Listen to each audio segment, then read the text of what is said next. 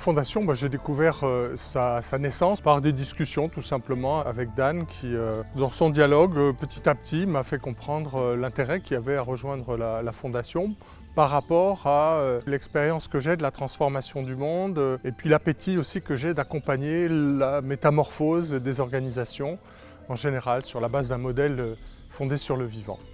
Il y a deux dimensions principales, c'est que d'une part, nous partageons un même idéal fait de remise en question de ce que l'humanité fait et vit depuis quelques décennies. Donc c'est quelque chose qui m'habite depuis très longtemps et que je partage.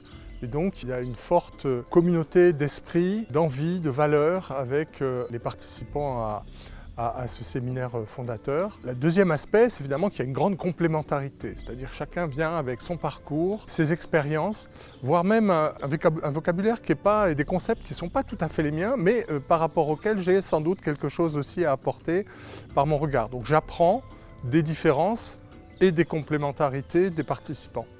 Alors moi, c'est devenu de plus en plus clair au fil du séminaire.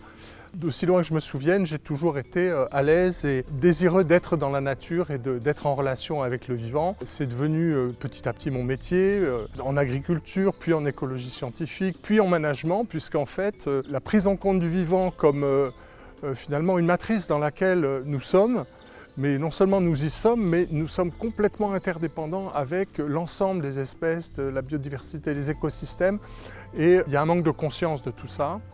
Eh bien, je pense que c'est quelque chose qui est absolument indispensable comme socle à notre réflexion sur les entreprises du troisième millénaire. La plupart des organisations, par les personnes qui les dirigent ou qui en font partie, ont une conscience plus ou moins claire de « il faut que ça change, on ne peut pas continuer comme ça ». Certains sont entrés dans des initiatives, je pense à la Convention des entreprises pour le climat, où voilà, il y a énormément d'initiatives qui permettent de commencer à réfléchir à une transformation de leur organisation, mais elles ne savent pas nécessairement comment faire.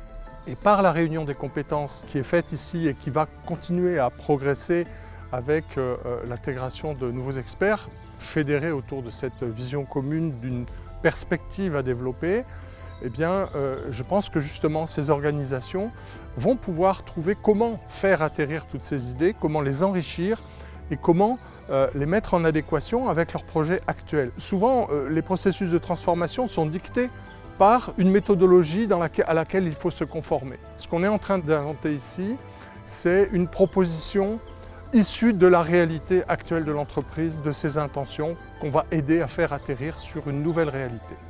Se rappeler toujours que nous sommes vivants et complètement interdépendants. Nous sommes intégrés. Arrêtons de parler d'environnement. L'homme n'est pas au centre, l'homme dépend et participe à tout ça.